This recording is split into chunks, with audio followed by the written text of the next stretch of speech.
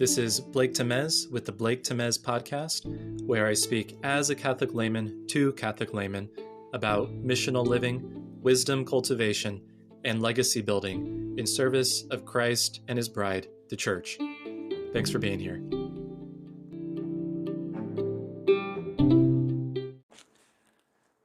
There's ample evidence now that Catholic adolescents are very unlikely to persevere in any kind of religiosity into young adulthood without significant relationships with committed adult Catholics during their adolescent years.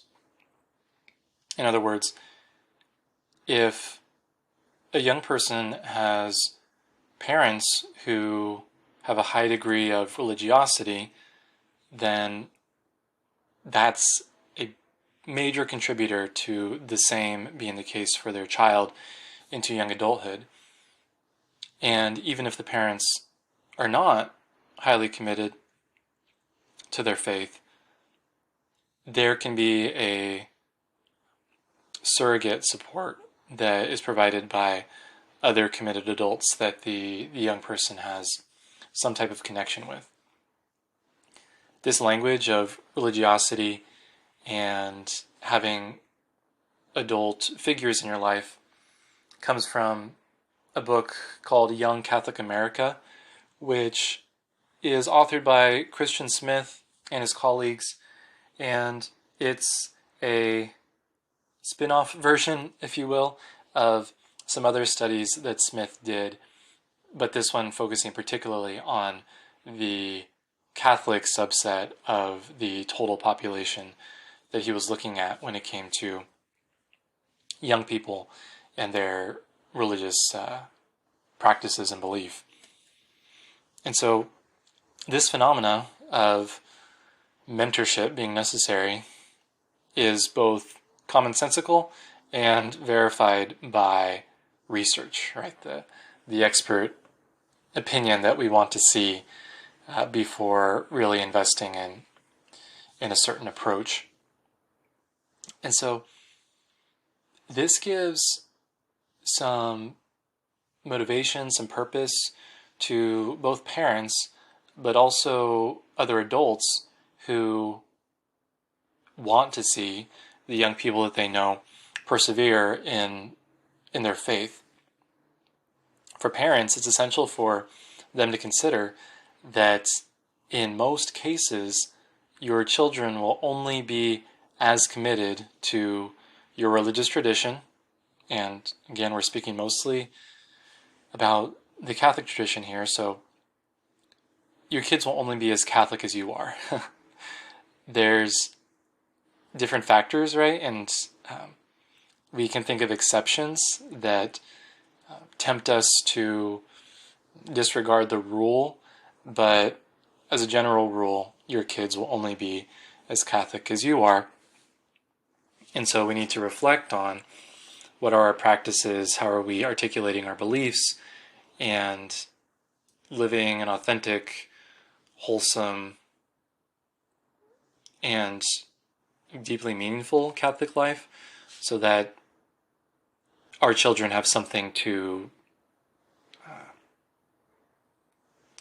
structure, their way of being, their mental models, their way of understanding events, and doing that in a organic way that happens in these parent-child relationships.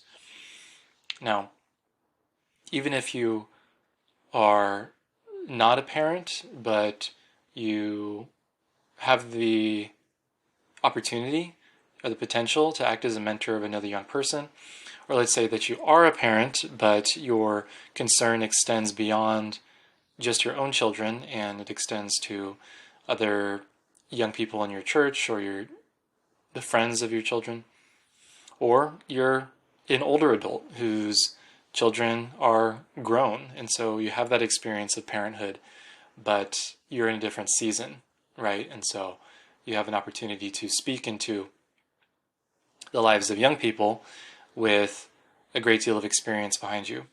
Whatever the case may be, the mentorship role is not one that should be taken lightly, and the church can't really afford to see it as non-essential or extra, or just kind of nice if a young person is connected with other adults within the parish, but that it's not really necessary.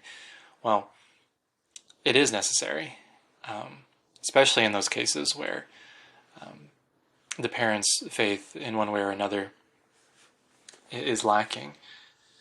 And this bears particular significance on our approach to men's ministry, our approach to mentorship of young men in particular, because of the role that the father plays. Again, referring to the same findings that are reported in Young Catholic America, the mother's faith is important, but not as much as the father's. And again, to be clear, nothing that I say that I write about is trying to set up some kind of war between the sexes that would try to make a woman's role seem insignificant or anything like that. So, that's that point is a distraction. The studies show that for some reason the relationships between child, mother, and father show an outsized impact of the father's faith on the faith of the child, such that it's almost necessary, but not sufficient, that the father be a committed Christian, a committed Catholic, for their child to follow in their footsteps.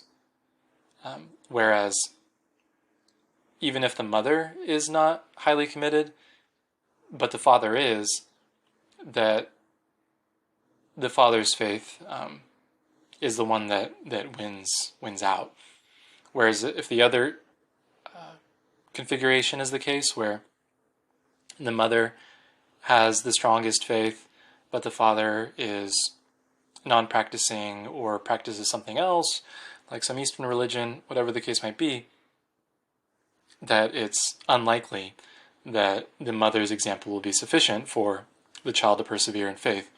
Now, this is shown to be the case whether or not the child is male or female, or excuse me, whether the child is male or female. So an interesting effect, right, and one that we can reflect on more and kind of poke at and see why that might be the case, but it does stand as something that is observable.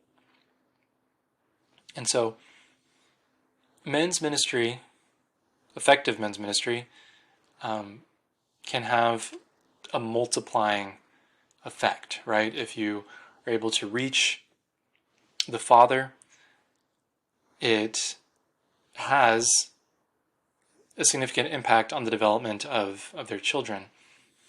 And that kind of speaks to why you or a ministry in your church has a leg to stand on if you're prioritizing ministry to men.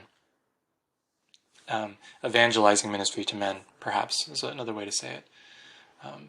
In other conversations, we'll get into how an increase in men's participation results in benefits for the whole church, right? So, again, not a zero-sum situation where focusing on men results in less resources for the women of the parish. But oftentimes, the exact opposite is true, that by forming and supporting men in a really substantial way, there's an abundance of resources for the other populations in the church, women and children, and elderly of both sexes. And so, if you are committed to men's ministry, mentoring young men, reaching their fathers,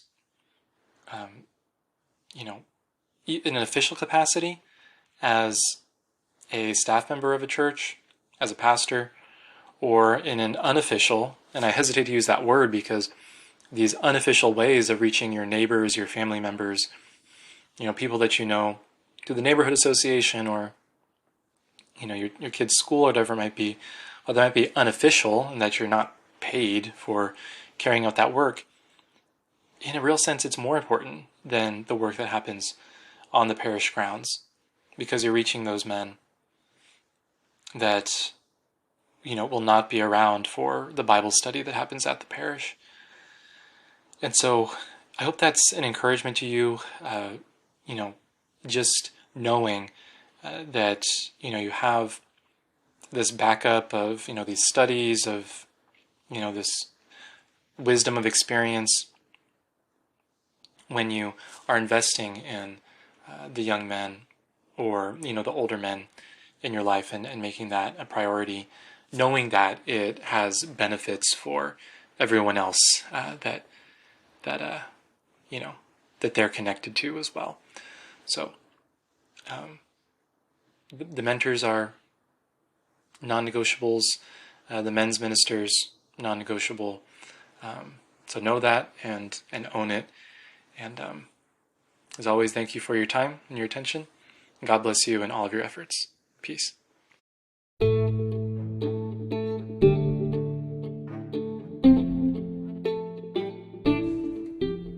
If you're a young Catholic man or a mentor, missionary, or minister who works with them, or even just a concerned figure in their life, a parent, uncle, whoever it might be on the lookout for the release of a short guide that I'm putting together called Brothers by Blood: How to Forge a New Path for Catholic Manhood. In it, I'll expand on some of the topics in this podcast and give you some points of reflection to see about how you can be a part of a movement that empowers men and brings them to their full potential for their sake, and also for the benefit of the church, and by extension, the benefit of all society.